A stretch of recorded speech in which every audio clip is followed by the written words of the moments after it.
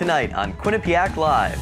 In the 21st century job market, new careers are constantly emerging and changing.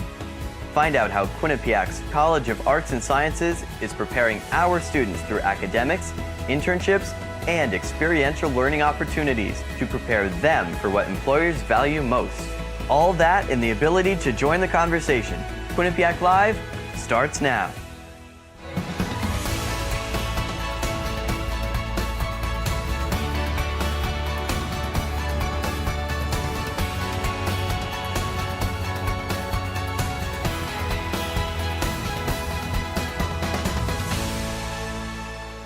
Hello and welcome to Quinnipiac Live. I'm your host, Joel Vanner, and tonight we have an exciting show planned for you with a variety of guests. Throughout the show, we invite you to join the conversation. Leave your questions for our guests in the comments section below so they can be answered live on air. And be sure to like this live stream to be entered into a drawing for a Bobcat prize pack. One lucky winner will be selected by the end of the show.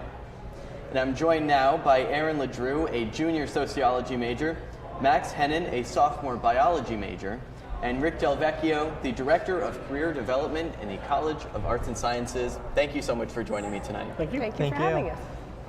So Max and Erin, let's jump into why you chose Quinnipiac in the College of Arts and Sciences. Erin? Well, there was actually a couple elements that influenced me coming here.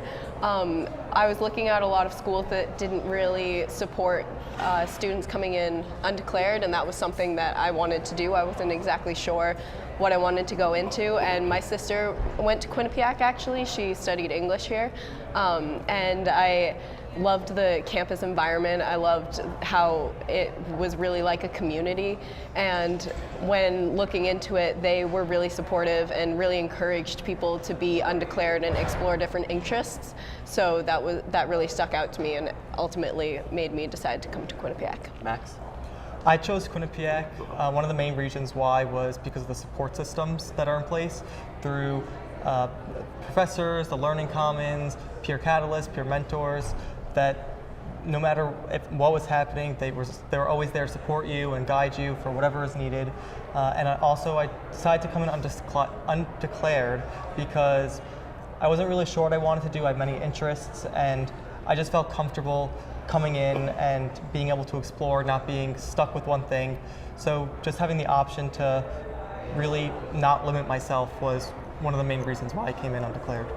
Don't forget, leave your questions in the comments section below so they can be answered live on air by our guests. Max and Erin, what was the transition like to Quinnipiac? It was pretty experimental for me. Like a lot of people, you're really kind of on your own for the first time, and I really took advantage of that in trying new clubs. I'd been really involved in high school, and so I really tried to jump in with things here. Both of us are actually part of Rotaract, which is a community service club, which is something that's really important to me. I was part of the Interact Club in high school, which is kind of the lower level of that group.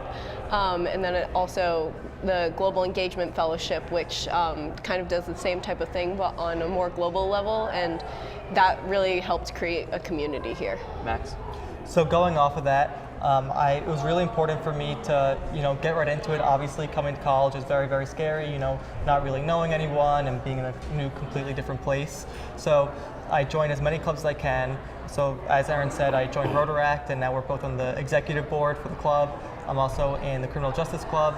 So just really putting myself out there was just made the transition so much easier, because I was able to, see what I liked, see what I didn't like, see people that I connected with, the people that I didn't connect with, and it helped me grow as a person, both academically and socially. So coming in as undeclared students, obviously advising played a huge part in finally determining which area of study in the College of Arts and Sciences you wanted to go in. Mr. DelVecchio, let's move into how does the College of Arts and Sciences really embrace maybe these undeclared students, help them find their path? Well, we actually have a special class that all undeclared students take first semester when they come in, helps them to start to explore these issues and look at ways that they can, like our two students here have, start to get engaged with the university community and get involved with different programs, so they start to build their skills and think about where their career might take them in the future. So can you maybe share the experiences you had in this course and how you ultimately chose the major that you have now? Yeah, that class was really helpful. We looked into a bunch of different possibilities for internships, even if they aren't the ones that we ended up pursuing, but it kind of just introduced us to that process of job searching while also just exploring some different possibilities for classes that we could take, and it was nice because it almost added an extra advisor in the professor that you could go to if you had questions. Max? So what I thought was really special about that class is you got to explore all the different disciplines, and you were able to see what you were interested in, but also what you weren't interested in. Like if you have no idea, they help you with everything, with courses to take and courses that that would be best for you. And your professor for that class is your advisor. And for me, I knew I was interested in forensic science, and I took a forensic science class with Dr. Kaplan, who I absolutely love. And she helped me, my advisor helped me to sort of push my way to get to the biology major, because I was a little indecisive. So she was there as a great support system to help further what I want to do academically and as a profession.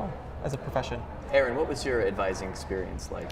Well, I kind of jumped around with advisors a little bit because I did start out undeclared, but I was actually lucky enough to have the Dean of the College of the Arts and Sciences as my FYS, my first year seminar professor, and he was really open to having all of his students from that class come in and talk to him about any questions that they were having, any ideas that they just wanted to bounce off of him, and he ended up kind of being a makeshift advisor for me in addition to my regular advisor, and helping me find what I wanted to do and really piece together some ideas that I didn't really know how to put together. So, Mr. DelVecchio, let's move into how do you present these career development opportunities to maybe students who aren't quite sure what path they would like to pursue quite yet? We actually just started using a brand new online platform we call CAS 360, which applies to our 360 advising process that we have for our students. And it allows us to communicate to them on an ongoing basis through weekly emails and the online platform itself, all the different opportunities, jobs, events, internships, all that good stuff. Allows them to get out there and start trying these things, know what we're doing, and so then they can get engaged with that. So Max and Erin, let's move maybe outside of the classrooms into some extracurriculars. You both are involved in the Rotaract Club. Tell us a little bit about that. Well, Rotaract is an extension of Rotary International, which deals with community service on a global level, but also on a local level. And it does a lot of great work. One of the projects we're working to raise money for right now is a water project in Africa to build water wells and supply clean drinking waters to communities that need it. And it really just is a great way to get involved and kind of make yourself a little bit more aware and also network and build a great community. Yeah, absolutely. So with the Rotaract, with the Rotarian Society, as Erin said, it's a whole international organization. And so when we go to events and stuff, you meet all these different types of people, and they're more than willing to help you and connect you with whatever you need, whether it's internships or jobs or career advice. And it's just a great way to meet new people, to network. And I mean, also for not just the Rotaract Club, which we're both a part in, just to join clubs in general. So I'm also part of the Criminal Justice Club at Quinnipiac. And through the Criminal Justice Club, I was able to meet a special agent at the FBI. And so I've been in contact with her, and she's been helping me through the internship process and going through the applications. And I've been in contact with her constantly. And so I think just, joining clubs is just an amazing way to, make friends, network, and experience new things. Don't forget, join the conversation. Leave your questions in the comments section below so they can be answered live on air by our guests as we move in to a question from Drew. And Drew asks, what can you tell me about the game design major, Mr. DelVecchio? Maybe this is a good question for you. Sure. We have a very good game design major, and it's been growing a lot in the last couple of years. Newly redesigned lab space that they're using, and some great internships that they've been getting involved with. So it's a great time to be joining that program. I think nothing but good things in the future for them.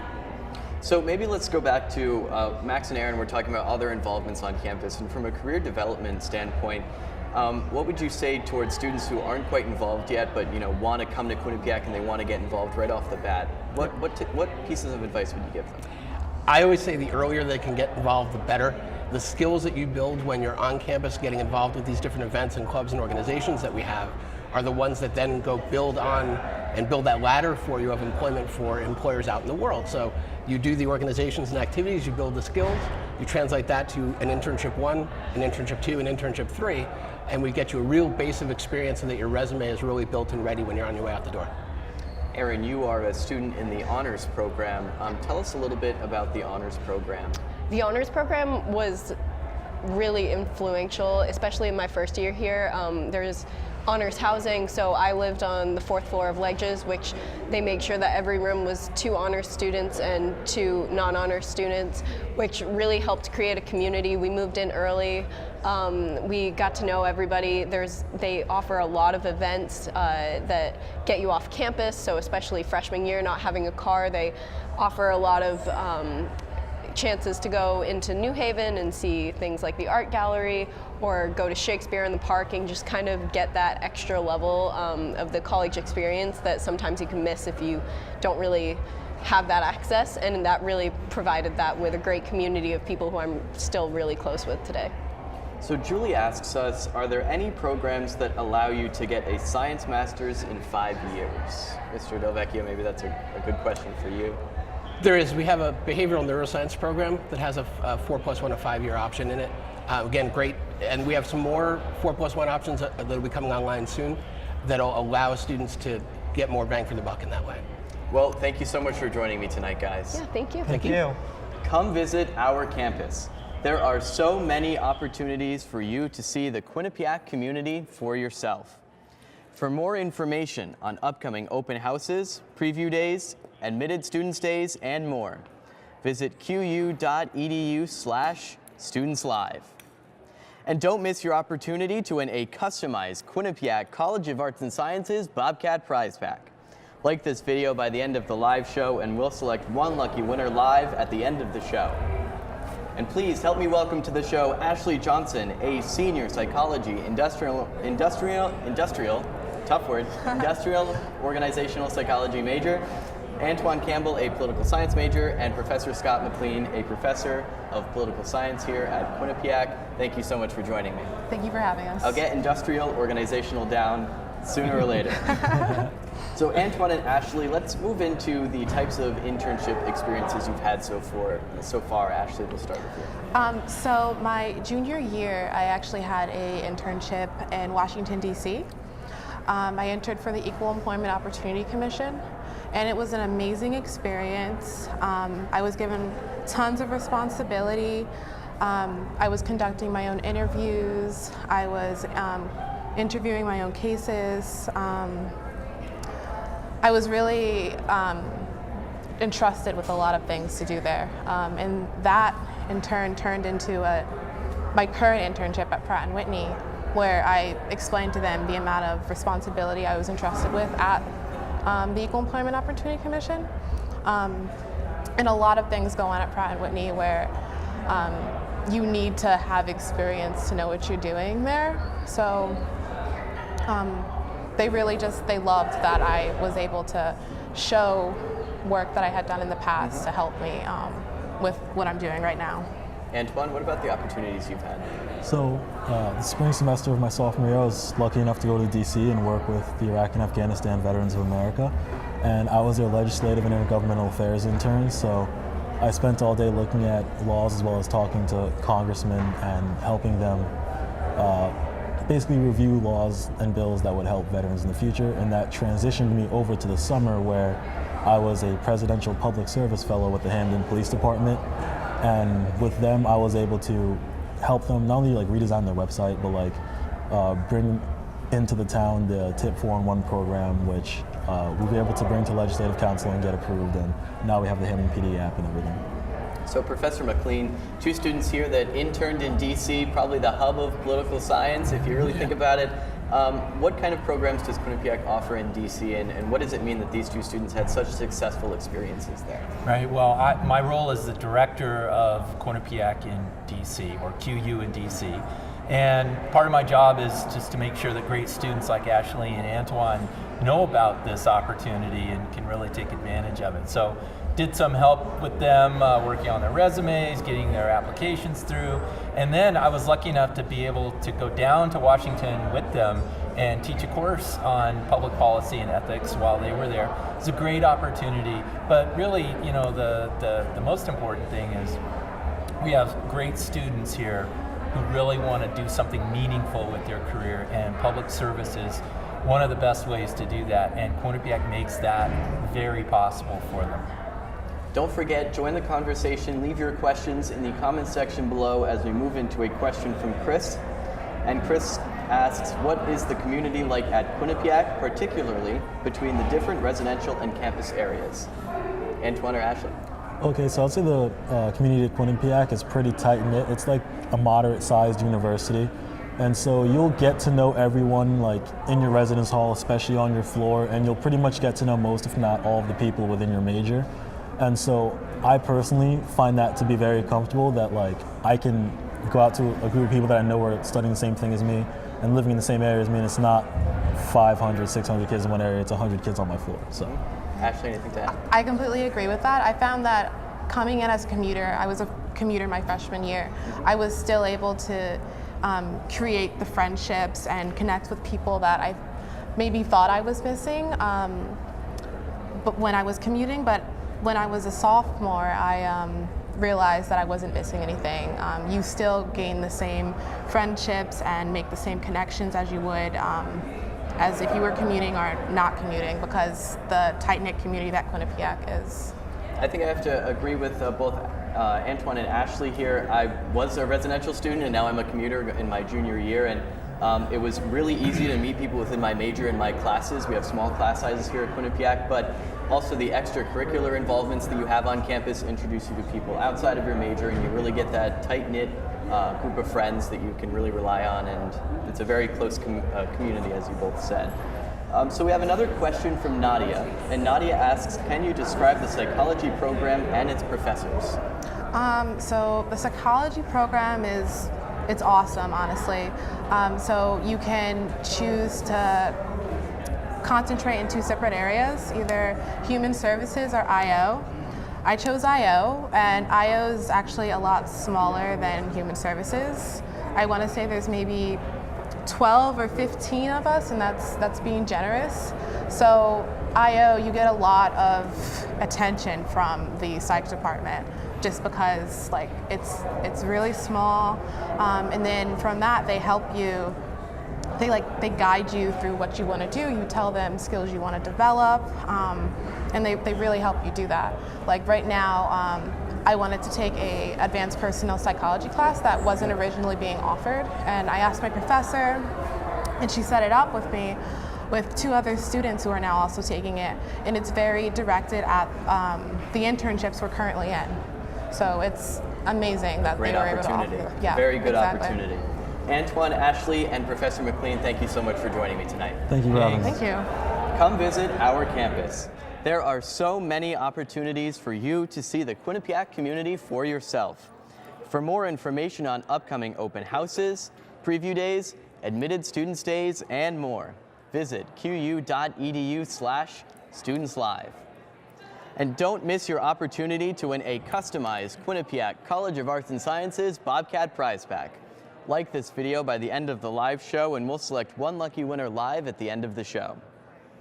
I'm joined now by Sam Cheney, an alum from the class of 2010, and Jonathan Hammer, an alum from the class of 2016. Thank you so much for joining me tonight. Absolutely, thank you. So Sam and John, let's talk about what you're doing right now. So I'll start off. Right now, I'm currently a proud employee of the City of New York in the Public Engagement Unit. We work under the Human Resources Administration, and what we do is we're kind of part of Mayor de Blasio's major initiative to make sure that more New Yorkers are aware of the services that are available to them, with a specific focus on health and housing, which are two big issues going on right now. We do direct outreach to help make sure folks understand what kind of legal services might be available to them if they're having any issues with their building or landlord, and also help them stay in their home by connecting them to rent assistance programs that'll help their homes be more affordable so they can stay where they are. John? I work for WWE in the music department, doing music marketing and licensing, which ranges from any third-party composition being licensed for television or any programming use to original compositions being marketed through digital platforms and social media. So don't forget, leave your questions in the comments section below so they can be answered live on air by our guests as we move into a question from Jacques. And Jacques asks, how did your internships help prepare you for your careers? So Sam, we'll start with you. So I didn't do a lot of internships while I was on campus, but nonetheless, what I did do is I did work. I did the English, what was at the time called the English Club here at Quinnipiac. When I took that over as head of the English Club, I renamed it Quixotic and helped reorganize how that worked. And so that was kind of a nice first experience in how to take a project on and reorganize it. And I was happy to see Quixotic seems like it's still kind of alive here on campus. So that's kind of exciting. John? Just kind of doing a chronological sort of path. I was in WQAQ 98.1 FM, which was the student-run radio station, and I was general manager for 2 years. An alumni connection got me an internship at a music publishing company called Primary Wave Entertainment. That led to a job at Epic Records at Sony, and then that kind of fell through, but went back to the internship after, and then got a job at WWE. So it was through an alumni connection, and the internships themselves presented themselves through that and through what I learned here as well. So don't forget, join the conversation, leave your questions in the comment section below for our guests on the show.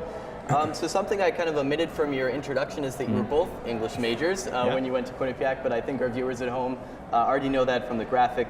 But let's talk about, you both have very different career paths. Yeah. How does the classes that you took as English majors and your degree in English connect to what you do today? Sure. So I was an English major because I love stories, and I love hearing stories that are kind of about the human experience beyond something that I'm going through. And I think, as an English major, you read and analyze a lot of these stories in a very serious and critical way. And so the way I got to my current position was also by doing a lot of work in political advocacy and organizing. And when I was doing that advocacy and organizing, whenever I'd meet new people, and I've met literally thousands of people across the country in that work, when they talked to me about their experience and what motivated them, I was using the same skills I used while reading stories as I was just listening to them. And secondarily, when you are an English major, you read and you write and you think as much, if not more so, than some of your peers in other majors. And those are three of some of the most valuable skills for any position in the professional world. John? Yeah, and just to build off of that, I agree with everything that he said. From a marketing standpoint, I took a stylistics course with Professor Timothy Dansdale that, I copyright every day or every other day, and taking stylistics and being able to actually say, okay, this is a persona for a character, that is invaluable. On the licensing side, deeply researching, understanding different mediums and diverse groups of information and being able to logically figure out the right answer of who owns what for songs is invaluable. So both of those also come from English. So Sam, you graduated in 2010. It's 8 years later. Yeah. Quinnipiac has grown. Yeah. But let's talk about what your experience was while you were a student here. So when I was a student here, I think the biggest thing that really benefited me is the fact that the professors here, they are really committed to students, especially if you show that you're really interested in the material, and then also putting forth a really rigorous analysis into what you're looking at. I myself, I have a lot of artistic friends that are in like real art stuff, and they can draw and paint and do all these wonderful things. I can't do any of that, but I can do that with words. But I wouldn't be able to do that if I didn't have close attention from people like Professor Dansdale or Professor Smart or McLean that were there to really encourage you to take the next step if you really wanted to do it. So having those small classes really encouraged that. John?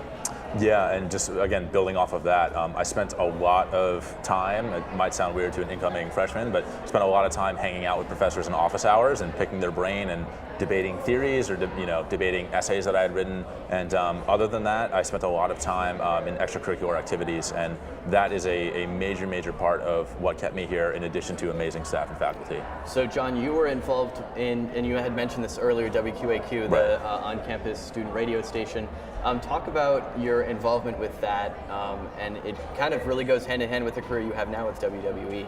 Yeah, totally. And so, everyone says, oh, you're an English major, don't you want to be a teacher? And it's like, no, you can literally do anything, which is great. So being undergrad at a radio station allowed me to not only pursue my passion of music, but I was also, again, negotiating contracts with booking agents. I was promoting. I was working to, similar to what Sam had said, manage people and create manuals so that when I graduated, people knew what they were going to do when they came in, or at least the basis of their job. And so all of that ties into English, but it's also paramount to the type of creative people and efficient people that you have here. It was great. So Sam, you had mentioned that you had started a club while you were here at Quinnipiac. Yeah. John, you were involved in WQAQ as you just discussed. Maybe for those at home who either are current Quinnipiac students or are looking to come to Quinnipiac, what's some advice you could give to them about getting involved in on campus? Because at least from what I'm hearing, it played a huge part in your time here. Yeah. I'll start. I'll say just do it is the first thing I'll say. I'll be honest and say that the liberal arts community here, it's a special community. We're out there in the woods, a little away from the rest of the campus, and I think for a long time I thought that was a bad thing, but it's really a great thing because when I finally pushed myself to kind of kickstart the English Club or Quixotic, it forced me to really engage with more students than I normally would have, and I found out despite what I thought was the case, there was a lot more students who shared my interest and wanted to talk about them as much as I did. But I really had to put myself out there and organize myself to do that. So, I mean, the simplest advice, like I said, is just go do it. You'll find your people. And that's really how I kind of came to grow even more, aside from my actual academic studies. Anything to add, John? Yeah, Professor Sean Duffy, who I was a good friend with him. I believe he's still working here. He told me that college does not get you a job. College gives you a frame of mind, and then grad school gets you a job. So with that in mind, clubs were literally a frame of mind for me, and being able to multitask, being able to go between different things. I was in a fraternity, I was in WQAQ, I worked with QFS, the Film Society, I worked with Montage, the literary club. I was able to do independent studies and make clubs out of those. So, it was a lot, but that really shaped my experience for leadership, public speaking, not nervous right now. So, it really added to who I am as a person. Well, Sam and John, thank you so much for joining me tonight. Thank you. Come visit our campus. There are so many opportunities for you to see the Quinnipiac community for yourself. For more information on upcoming open houses, preview days, admitted students days, and more, visit qu.edu/studentslive. And before we leave you, we have drawn a name from all the likes on the video, and our lucky winner of the Bobcat prize pack is Rosemarie O'Hara of New Jersey. Congratulations, Rosemarie. That's all the time we have for our show this evening. Thanks for watching, and we hope to see you on one of our campuses soon.